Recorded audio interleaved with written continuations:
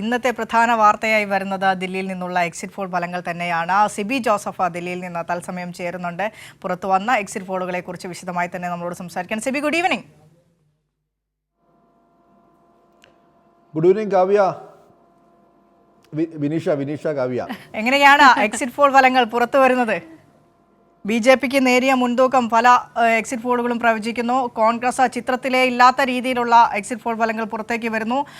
എ.പി.ക്ക് സാധ്യത കൽപ്പിക്കുന്നത് എനിക്ക് തോന്നുന്നു എ.ബി.സിയുടെ മാത്രം എക്സിറ്റ് പോളുകളിലാണ്. അപ്പോൾ ഏത് രീതിയിലാണ് നിലവിൽ വന്ന എക്സിറ്റ് പോളുകളെല്ലാം സമഗ്രമായി വിലയിരുത്തിയാൽ? ഇതിൽ ഈ ദില്ലി നിയമസഭയിലെ വോട്ടെടുപ്പ് പൂർത്തിയാകുമ്പോൾ എക്സിറ്റ് പോൾ എല്ലാം തന്നെയും പുറത്തു വരുമ്പോൾ നമുക്ക് മനസ്സിലാക്കാൻ കഴിയുന്നത് ബി.ജെ.പി അധികാരത്തിലെത്തുമെന്നുള്ള ഒരു സൂചന ഈ സർവേകളെല്ലാം തന്നെ നൽകുന്നു. എക്സിറ്റ് പോൾ എല്ലാം തന്നെയും ഭൂരിഭാഗവും പ്രവചിക്കുന്നത് ബി.ജെ.പി അധികാരത്തിൽ വരുമെന്ന് തന്നെയാണ്. ആം ആദ്മി പാർട്ടിക്ക് ഒന്നോ രണ്ടോ എക്സിറ്റ് പോൾ മാത്രമേ ഇത്തരത്തിലൊരു അനുകൂലമായ ഒരു പ്രവചനം അല്ലെങ്കിൽ ആം ആദ്മി പാർട്ടി അധികാരത്തിൽ വരുമെന്നുള്ളൊരു പ്രവചനം നടത്തുന്നുള്ളൂ. നേരത്തെ വിനീഷ പറഞ്ഞ പോലെ തന്നെ കോൺഗ്രസ് ചിത്രത്തിലേ ഇല്ല എന്ന കാര്യത്തിൽ യാതൊരു സംശയമില്ല. കഴിഞ്ഞ 10 വർഷമായി ഒരു സീറ്റ് പോലും ലഭിക്കാത്ത കോൺഗ്രസിന് ഇത്തവണ 2 സീറ്റ് വരെ ലഭിക്കുമെന്ന ഒരു കാര്യം കൂടി പറയുകയും ചെയ്യുന്നുണ്ട്. എന്തായാലും ബി.ജെ.പി അവിടെ അട്ടിമറി ജയം നേടി ഈ ഒരു രാജ്യ തലസ്ഥാനത്ത് വീണ്ടും എത്തുമെന്നുള്ളൊരു പ്രവചനമാണ് ഉണ്ടാകുന്നത്. ഇന്നിപ്പോൾ നടന്ന വോട്ടെടുപ്പിൽ 57.70% പോളിംഗ് ആണെന്ന് രേഖപ്പെടുത്തിയത്. കഴിഞ്ഞ 2020 62% പോളിംഗ് രേഖപ്പെടുത്തിയിരുന്നു. ഏതാണ്ട് അതോട് അടുത്ത് തന്നെ ഒരു ഫൈനൽ ഒരു പോളിംഗ് ശതമാനം വരുമ്പോൾ സ്വാഭാവികമായും 62% എത്താനുള്ള സാധ്യത തന്നെയാണുള്ളത്. എങ്കിൽ പോലും ഇതിൽ ഒരു വോട്ടെടുപ്പ് നടത്തുന്ന മേഖലയിലെല്ലാം നോക്കുമ്പോൾ ഈ നഗരമേഖലകളിൽ ഒരു പോളിംഗ് ശതമാനം കുറവായിരുന്നു. പക്ഷേ ഈ ചെറിയ ന്യൂനപക്ഷ ആളുകൾ താമസിക്കുന്ന മേഖലയെല്ലാം തന്നെയും വളരെ വലിയ രീതിയിൽ പോളിംഗ് ശതമാനം ഉയരുന്ന ഒരു സാഹചര്യം ഉണ്ടായി. ഇതെല്ലാം തന്നെയും തങ്ങൾക്ക് നേട്ടമാണെന്നാണ് ആം ആദ്മി പാർട്ടി അവകാശപ്പെടുന്നത്. എന്തായാലും ഈ ഒരു പോളിംഗിന് ശേഷമെല്ലാം തന്നെയും തങ്ങൾക്ക് വിജയമാണെന്ന് അവകാശപ്പെട്ടുകൊണ്ട് എല്ലാ മുന്നണികളും രംഗത്തെത്തിയിട്ടുണ്ട്. പക്ഷേ ഇതിൽ ഈ എക്സിറ്റ് പോൾ ഇപ്പോൾ പ്രവചിക്കുന്നതെല്ലാം തന്നെയും ബി.ജെ.പി ഇവിടെ ഒരു അട്ടിമറി വിജയം നേടുമെന്നുള്ളതാണ്. അതിൽ ഏതാനും എക്സിറ്റ് പോൾ നമുക്ക് നോക്കിക്കഴിഞ്ഞാൽ അവിടെ മെട്രിക്സിൻ്റെ എക്സിറ്റ് പോൾ പറയുന്നത് ബി.ജെ.പി 35 മുതൽ 40 സീറ്റ് വരെ നേടി ഒരു അധികാരത്തിലെത്തുമെന്നുള്ള എന്നുള്ളതാണ്. 70 സീറ്റിൽ 36 സീറ്റാണ് കേവല ഭൂരിപക്ഷം എന്ന് പറയുന്നത്. അവിടെ ബി.ജെ.പി 35 മുതൽ 40 സീറ്റ് വരെ നേടുമെന്ന് പറയുമ്പോൾ ആം ആദ്മി പാർട്ടി 32 മുതൽ 37 സീറ്റ് വരെ നേടുമെന്നും പറയുന്നു. ഈ രണ്ടു പേർക്കും അവിടെ ഒരു ഇഞ്ചോടിഞ്ച് പോരാട്ടം എന്നുള്ളതാണ് മെട്രിക്സിൻ്റെ സർവേയിൽ പറയുന്നത്. അവിടെ കോൺഗ്രസ് വെറും 2 സീറ്റ് വരെ നേടുമെന്നുള്ളൊരു പ്രവചനം കൂടിയുണ്ട്. ഇനി ചാണക്യയിലേക്ക് പോയാൽ ചാണക്യ പറയുന്നത് അനുസരിച്ച് ബി.ജെ.പിക്ക് തന്നെയാണ് മേൽക്കോയ്മ. ബി.ജെ.പി 39 മുതൽ 44 സീറ്റ് വരെ നേടി അവിടെ ബി.ജെ.പി അധികാരത്തിലേക്ക് എത്തുമെന്നാണ് ചാണക്യ അവിടെ ഒരു സർവേ ഫല വലിയ പ്രവചനം എന്ന് പറയുന്നത്. ആം ആദ്മി പാർട്ടി 25 മുതൽ 28 സീറ്റ് വരെ നേടുമ്പോൾ കോൺഗ്രസിന് 2 മുതൽ 3 സീറ്റ് വരെ 3 സീറ്റ് കോൺഗ്രസിന് പ്രവചിച്ച ഏക സർവേയും ചാണക്യയാണ്. ചാണക്യ പറയുന്നതനുസരിച്ച് കോൺഗ്രസിന് 3 സീറ്റ് വരെ നേടുമെന്നും പറയുന്നു. മറ്റൊന്ന് പി മാർക്കിൻ്റെ സർവേയാണ്. പി മാർക്കിൻ്റെ സർവേ അനുസരിച്ച് ബി.ജെ.പി 39 മുതൽ 49 സീറ്റ് വരെ നേടുമെന്നാണ് പ്രവചിക്കുന്നത്. അവിടെ ആം ആദ്മി പാർട്ടി ആവട്ടെ 21 മുതൽ 31 സീറ്റിലേക്ക് ചുരുങ്ങുകയാണ് ആം ആദ്മി പാർട്ടിയുടെ ഒരു സംഖ്യ എന്ന് പറയുന്നത്. അവിടെ കോൺഗ്രസിന് 0 മുതൽ 1 സീറ്റ് വരെ പ്രവചിക്കുന്നു. മറ്റൊന്ന് JVC പോളാണ്. JVC പോളിൻ്റെ സർവേ അനുസരിച്ച് ബി.ജെ.പിക്ക് 39 മുതൽ 45 സീറ്റ് വരെ നേടി ബി.ജെ.പി അധികാരത്തിലെത്തുമെന്ന് JVCയും പ്രവചിക്കുകയാണ്. അവിടെ ആം ആദ്മി പാർട്ടിക്ക് 22 മുതൽ 31 സീറ്റ് വരെ അവിടെയും ഈ നൽകുന്നുണ്ട്. കോൺഗ്രസിന് 2 സീറ്റ് എന്നിങ്ങനെയാണ് അവിടെ ഒരു സർവേ ഫലം എന്ന് പറയുന്നത്. മറ്റൊന്ന് പീപ്പിൾ ഇൻസൈറ്റ് ആണ്. പീപ്പിൾ ഇൻസൈറ്റ് മാത്രമാണ് ഇതിലൊരു വ്യത്യസ്തമായ ഒരു സർവേ ഫലം നമുക്ക് കാണാൻ കഴിയുന്നത്. പീപ്പിൾ ഇൻസൈറ്റിൻ്റെ ഒരു സർവേ ഒരു എക്സിറ്റ് പോൾ അനുസരിച്ച് ആം ആദ്മി പാർട്ടി അധികാരത്തിൽ തുടരും. അതായത് 40 മുതൽ 44 സീറ്റ് വരെ Aam Aadmi party നേടുമെന്നുള്ളതാണ് people insight പറയുന്നത്. ബി.ജെ.പി ആവട്ടെ 25 മുതൽ 29 സീറ്റ് വരെ നേടി നില മെച്ചപ്പെടുത്തുകയും ചെയ്യുമെന്നും പീപ്പിൾ ഇൻസൈറ്റ് പറയുന്നു. കോൺഗ്രസിന് വെറും 1 സീറ്റ് മാത്രമാണ് ഈ പീപ്പിൾ ഇൻസൈറ്റ് പ്രവചിക്കുന്നത്. മറ്റൊന്ന് പീപ്പിൾ പ്ലസ് ആണ്. പീപ്പിൾ പ്ലസും ബി.ജെ.പിക്ക് വലിയ രീതിയിലുള്ളൊരു മുൻതൂക്കം, അതായത് ഒരു മൃഗീയ ഭൂരിപക്ഷം 51 മുതൽ 60 സീറ്റ് വരെ നേടും. കഴിഞ്ഞ തവണ വെറും 8 സീറ്റ് നേടിയ ബി.ജെ.പി ഈ തവണ 60 സീറ്റ് വരെ നേടി അധികാരത്തിലെത്തുമെന്ന് പീപ്പിൾസ് പ്ലസ് പറയുന്നു. ആം ആദ്മി പാർട്ടി 10 മുതൽ 19 സീറ്റിലേക്ക് ചുരുങ്ങുമെന്നും പറയുന്നു. കോൺഗ്രസിന് അവിടെ 0 എന്നുള്ളതാണ് പീപ്പിൾ പ്ലസിന്റെ ഒരു പ്രവചനം. ഇനി അതോടൊപ്പം തന്നെ പോൾ ഡയറിയുടെ പ്രവചനം അനുസരിച്ച് BJP 42 മുതൽ 50 സീറ്റ് വരെയും ആം ആദ്മി പാർട്ടി 18 മുതൽ 25 സീറ്റ് വരെയും. ഇത്തരത്തിൽ ഭൂരിഭാഗം സർവേയും ചൂണ്ടിക്കാട്ടുന്നത് BJP ഇവിടെ അധികാരത്തിൽ വരുമെന്നുള്ളതാണ്. എന്തായാലും ഈ എക്സിറ്റ് പോൾ ഫലങ്ങളെല്ലാം തന്നെയും BJPക്ക് വലിയ ആശ്വാസം നൽകുന്നതാണ്. അതോടൊപ്പം തന്നെ ആം ആദ്മി പാർട്ടി ചിലയിടങ്ങളിൽ എത്തുമെന്ന് പറയെങ്കിലും ഇഞ്ചോടിഞ്ചിന് പോരാട്ടത്തിലൂടെ വളരെ കുറഞ്ഞ ഒരു കേവല ഭൂരിപക്ഷം ഒരു തൂക്കുസഭ എന്ന നിലയിലേക്കും ആണ് കാര്യങ്ങൾ പോകുന്നത്. ഒന്നുകിൽ ഒരു തൂക്കുസഭ അതല്ലെങ്കിൽ BJPക്ക് വളരെ വലിയ മികച്ച ഒരു സർക്കാർ എന്ന നിലയാണ് ഇപ്പോൾ എക്സിറ്റ് പോൾ എല്ലാം തന്നെയും പറയുന്നത്. നിലവിലെ എക്സിറ്റ് പോൾ ഫലങ്ങളിലൊന്നും ഒരു വ്യക്തമായ മുന്നേറ്റം തന്നെ ഏറിയ പങ്കും ഫലങ്ങളിൽ BJPക്ക് കൽപ്പിച്ചു കൊടുക്കുന്നുണ്ട്. അങ്ങനെയാണ് എന്നുണ്ടെങ്കിൽ ഇപ്പോൾ കോൺഗ്രസിന്റെ അവസ്ഥ എത്രത്തോളം ദയനീയമാണ് എക്സിറ്റ് പോളുകളിൽ എന്നത് നമ്മൾ കാണുന്നുണ്ട്. നേരത്തെ CB പറഞ്ഞതുപോലെ തന്നെ കഴിഞ്ഞ 2 നിയമസഭാ തെരഞ്ഞെടുപ്പുകളിലും കോൺഗ്രസിന്റെ അവസ്ഥ ദില്ലിയിൽ എന്ന് പറയുന്നത് വളരെ ദയനീയമായിരുന്നു. ഈ തെരഞ്ഞെടുപ്പ് പ്രചാരണ കാലത്തുടനീളം ആം ആദ്മി പാർട്ടിയെ കടന്നാക്രമിച്ച് വലിയ രൂക്ഷമായ തരത്തിലുള്ള പ്രചാരണങ്ങളൊക്കെയും മുന്നോട്ട് വെക്കാൻ കോൺഗ്രസ് ശ്രമിച്ചുവെങ്കിലും എല്ലാ മണ്ഡലത്തിലും ഇങ്ങനെ സജീവമായി മത്സരിക്കാനുള്ള ഒരു തീരുമാനമാണോ ഒരുപക്ഷെ BJPക്ക് ഇങ്ങനെ ഈ എക്സിറ്റ് പോളുകൾ വിശ്വാസത്തിലെടുക്കാമെങ്കിൽ വ്യക്തമായ ഒരു മുന്നേറ്റം അത് BJPക്ക് ഉണ്ടാകാനുള്ള പ്രധാന കാരണമെന്ന് പറയുന്നത്?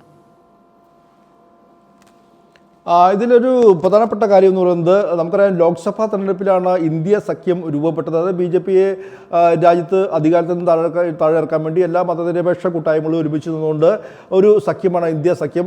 ഇന്ത്യ സഖ്യം നിയമസഭാ തെരഞ്ഞെടുപ്പുകളിൽ സാധാരണ ഒരു സഖ്യം ഉണ്ടാകാറില്ല.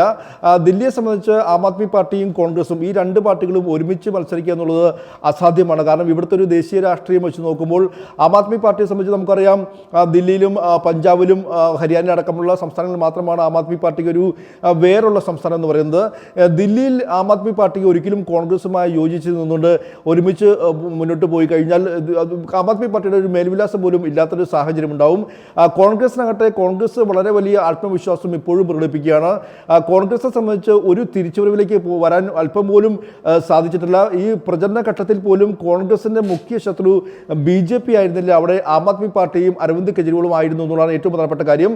ഇവിടെ പല വോട്ടർമാർക്കിടയിലും ഉള്ള ഒരു അഭിപ്രായം എന്ന് പറയുന്നത് കോൺഗ്രസ് ഇവിടെ മത്സരിക്കേണ്ട കാര്യം പോലും ഉണ്ടായിരുന്നില്ല. ഈ സമാജ്വാദി പാർട്ടിയെ പോലെ മത്സരിക്കാതെ ഈ ആം ആദ്മി പാർട്ടിക്ക് ഒരു പിന്തുണ കൊടുത്താൽ മതിയായിരുന്നു എന്നുള്ളൊരു ഒരു അഭിപ്രായം പോലും ഇവിടെ വോട്ടർമാർ പറയുന്നു. കാരണം കോൺഗ്രസ് വെറും 0 എന്ന നിലയിൽ കഴിഞ്ഞ 10 വർഷമായി നിൽക്കുന്നു. നമുക്കറിയാം, ഇത് പറയുമ്പോൾ തന്നെ നേരത്തെ 15 വർഷം ഈ സംസ്ഥാനം ഭരിച്ച കോൺഗ്രസ് ആണ് ഇപ്പോൾ വെറും 0 ഒരു സീറ്റ് പോലും ഇല്ലാത്ത അവസ്ഥയിലേക്ക് പോയിരിക്കുന്നത്.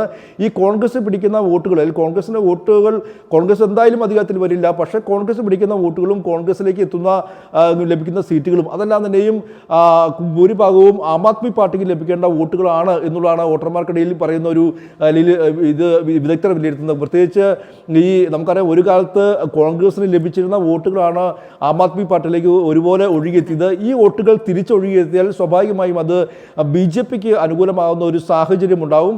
ആ സാഹചര്യം കോൺഗ്രസ് സൃഷ്ടിക്കാൻ പാടില്ലായിരുന്നു എന്നുള്ളതാണ് ഏറ്റവും പ്രധാനപ്പെട്ട കാര്യം. ഇവിടെ ഈ ഒരു പ്രചരണത്തിലെല്ലാം തന്നെയും കോൺഗ്രസിൻ്റെ പ്രധാനപ്പെട്ട ശത്രു BJP ആയിരുന്നില്ല. രാഹുൽ ഗാന്ധി ആണെങ്കിലും ആം ആദ്മി പാർട്ടി നേതാവായ കൺവീനറായ അരവിന്ദ് കെജ്രിവാളിനെ അദ്ദേഹത്തിനെതിരെ വീണ്ടും അഴിമതി ആരോപണം ഉന്നയിക്കുകയും അദ്ദേഹത്തിനെതിരെ ആഞ്ഞടിക്കാനുള്ള ഒരു തിടുക്കമാണ് ഈ രാഹുൽ ഗാന്ധി പ്രചരണത്തിലുടനീളം കാണിച്ചത്. മോദിക്കെതിരെ നടത്തിയ ക്യാമറയാൽ കൂടുതൽ ഈ ആം ആദ്മി പാർട്ടിക്കെതിരെ നടത്തുന്ന ഒരു സാഹചര്യം ഉണ്ടായി. ഇത്തരത്തിലെല്ലാം തന്നെയും ഈ BJPക്കെതിരായ വോട്ടുകൾ ഛിന്നഭിന്നമാകാനുള്ള ഒരു കാരണം അത് ഏറ്റവും വലിയ ഘടകം തന്നെയാണ്. കോൺഗ്രസ്സിന് കൂടുതൽ വോട്ടുകൾ കിട്ടുകയും കോൺഗ്രസ് 4-5 സീറ്റുകൾ ലഭിച്ചാലും ആ നഷ്ടമുണ്ടാകുന്നത് ഏറ്റവും കൂടുതൽ ആം ആദ്മി പാർട്ടിക്കാണ്. സ്വാഭാവികമായി അത് BJPക്ക് അനുകൂലമായി മാറുമെന്ന കാര്യത്തിൽ യാതൊരു സംശയമില്ല. അതുകൊണ്ട് തന്നെ ആ ഒരു വോട്ട് സ്പ്ലിറ്റായി പോകാനുള്ള സാധ്യത ഉണ്ട്. ഇന്നത്തെ ഒരു രാഷ്ട്രീയ സാഹചര്യത്തിൽ ഒരു തിരിച്ചുവരവും കോൺഗ്രസിന് ദില്ലിയിൽ നടത്താൻ കഴിഞ്ഞിട്ടില്ല.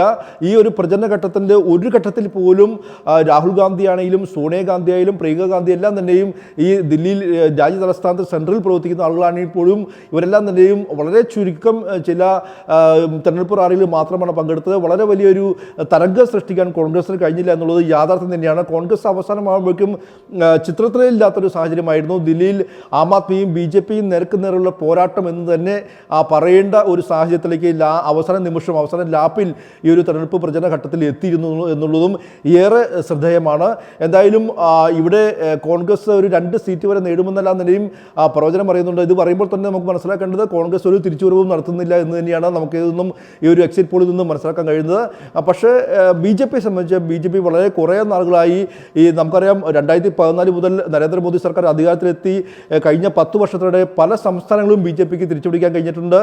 പല സംസ്ഥാനങ്ങളുമായി ഇരട്ട എഞ്ചിൻ സർക്കാർ പോലെ പ്രവർത്തിക്കുന്നു. പക്ഷേ ഈ തലസ്ഥാന നഗരമായ ദില്ലിയെ BJPക്ക് ഇപ്പോഴും ഒരു പിടികിട്ടാത്ത ഒരു സ്ഥലമായി നിൽക്കുന്നു. അത് ഏത് വിധേയരെയും അധികാരം പിടിച്ചെടുക്കുക എന്നുള്ളതായിരുന്നു BJPയുടെ ഏറ്റവും വലിയൊരു ലക്ഷ്യം എന്ന് പറയുന്നത്. അതുമായി ബന്ധപ്പെട്ടുകൊണ്ട് എല്ലാ രീതിക്കും ഇപ്പോൾ ഏറ്റവും ഒടുവിലായി ഓപ്പറേഷൻ താമര അടക്കമെല്ലാം തന്നെയും നടത്തി. AAPയിൽ നിന്നും ഏകദേശം 8ലധികം MLA-മാരെ അടർത്തിയെടുത്തു, നിരവധി കൗൺസിലർമാരെ അടർത്തിയെടുത്തു. അങ്ങനെ എല്ലാ രീതിക്കും ഏതൊക്കെ രീതിയിൽ ഈ ഒരു വോട്ടെടുപ്പിന് മണിക്കൂറുകൾക്ക് മുമ്പാണ് അരവിന്ദ് കെജ്രിവാളിനെതിരെ BJP ഭരിക്കുന്ന ഹരിയാന സർക്കാർ കേസെടുത്തത്. ഇന്നലെ മുഖ്യമന്ത്രി അതീഷിക്കെതിരെ കേസെടുക്കുന്നു. അതുകൂടാതെ നിരവധി പ്രവർത്തകർക്കെതിരെ കേസെടുക്കുന്നു. അങ്ങനെയെല്ലാം തന്നെയും ഏതൊക്കെ രീതിയിൽ ഏതൊക്കെ അന്വേഷണ ഏജൻസികൾ ഉപയോഗിച്ചുകൊണ്ടും അങ്ങനെ എല്ലാ രീതിക്കും ഓപ്പറേഷൻ താമര വഴി എല്ലാം തന്നെയും BJP എല്ലാ ശ്രമവും നടത്തി വരികയായിരുന്നു. എന്തായാലും ഇവിടെ ഏറ്റവും പ്രധാനപ്പെട്ട കാര്യം ഏറ്റവും ഒടുവിലായി മിഡിൽ ക്ലാസ്സിന് ഒരു ആദായ നികുതി ഇളവ് നൽകിക്കൊണ്ട് ദില്ലിയിൽ ഏകദേശം 65% പേർ വോട്ടർമാർ മിഡിൽ ക്ലാസ്സാണ്. ആ മിഡിൽ ക്ലാസ്സിന് ഇത്തരത്തിൽ വലിയ രീതിയിൽ ഒരു ആനുകൂല്യം നൽകിക്കൊണ്ട് അതൊരു പ്രചരണ ആയുധമാക്കി കൂടി BJP രംഗത്ത് വന്നു. അങ്ങനെ ഏത് വിധേനയും ഈ ഒരു രാജ്യ തലസ്ഥാനത്ത് അധികാരം പിടിച്ചെടുക്കുക എന്നുള്ളത് കോൺഗ്രസ് BJP സംബന്ധിച്ച് വളരെ വലിയ പ്രാധാന്യമുള്ള ഒന്ന് തന്നെയായിരുന്നു. അതുകൊണ്ട് തന്നെയാണ് ഈ ഒരു തെരഞ്ഞെടുപ്പ് ക്യാമ്പയിനുമായി BJP ഇത്തരത്തിൽ ഒരു നേർക്കുനേർ പോരാട്ടമായി രംഗത്തിറങ്ങിയതും. നമുക്കറിയാം ഇന്നിപ്പോൾ രാവിലെ ഒരു 11 മണിയോടെ നരേന്ദ്രമോദി ഇന്നിപ്പോൾ പ്രയാഗ്രാജിലെ ഈ അമൃതസ്ഥാനിൽ പോയി അവിടെയെല്ലാം തന്നെയും പോയി കുംഭമേളയിൽ പോയി സ്നാനം നടത്തുന്നത് കണ്ടു. ഏകദേശം 11 മണിയാകുമ്പോൾ വോട്ടർമാരെല്ലാം തന്നെ വീടുകളിൽ നിന്നും കുടുംബത്തോടെ ഇറങ്ങുന്നൊരു സമയമാണ്. ആ സമയത്ത് മോദി അവിടെ പോയി സ്നാനം നടത്തുന്നു. നമുക്കറിയാം ഓരോ തെരഞ്ഞെടുപ്പ് സമയത്തെല്ലാം തന്നെയും ഗുഹകളിൽ ഇരുന്ന് ധ്യാനത്തിലിരിക്കുന്നതെല്ലാം തന്നെയും അങ്ങനെ ചില നാടകീയ സംഭവങ്ങളെല്ലാം തന്നെയും ഈ തവണയും അരങ്ങേറി. അങ്ങനെ ഏത് വിധേയനെയും വോട്ടർമാരിലേക്ക് ഇറങ്ങി ചെല്ലുക എന്നുള്ളൊരു ലക്ഷ്യം കൂടി BJPക്ക് ഉണ്ടായിരുന്നു. അതിപ്പോൾ ഈ എക്സിറ്റ് പോൾ പറയുന്നതനുസരിച്ച് അത് ഫലം കണ്ടു എന്നുള്ളതാണ്. പക്ഷേ നമുക്ക് ഇതെല്ലാം പറയുമ്പോൾ മനസ്സിലാക്കേണ്ടത് ഈ എക്സിറ്റ് പോൾ ഒരിക്കലും നമുക്ക് വിശ്വസിക്കാൻ കഴിയാത്തൊരു സാഹചര്യത്തിലേക്ക് ഇപ്പോൾ മാറിയിരിക്കുന്നു. നേരത്തെ ഹരിയാനയിലായാലും മഹാരാഷ്ട്രയിലായാലും ജാർഖണ്ഡിലെല്ലാം തന്നെയും ഉണ്ടായ എക്സിറ്റ് പോളിന് നേരെ വിപരീതമായിരുന്നു യഥാർത്ഥ തെരഞ്ഞെടുപ്പ് ഫലം എന്ന് പറയുന്നത്. അതുകൊണ്ട് തന്നെ സ്വാഭാവികമായും ഈ എക്സിറ്റ് പോളിൽ എത്രത്തോളം വിശ്വസിക്കാൻ കഴിയുമെന്നുള്ളതും ഏറെ സംശയത്തോടെ നോക്കിക്കാണേണ്ട ഒരു സ്ഥിതിയാണ് ഇപ്പോൾ കാവ്യ.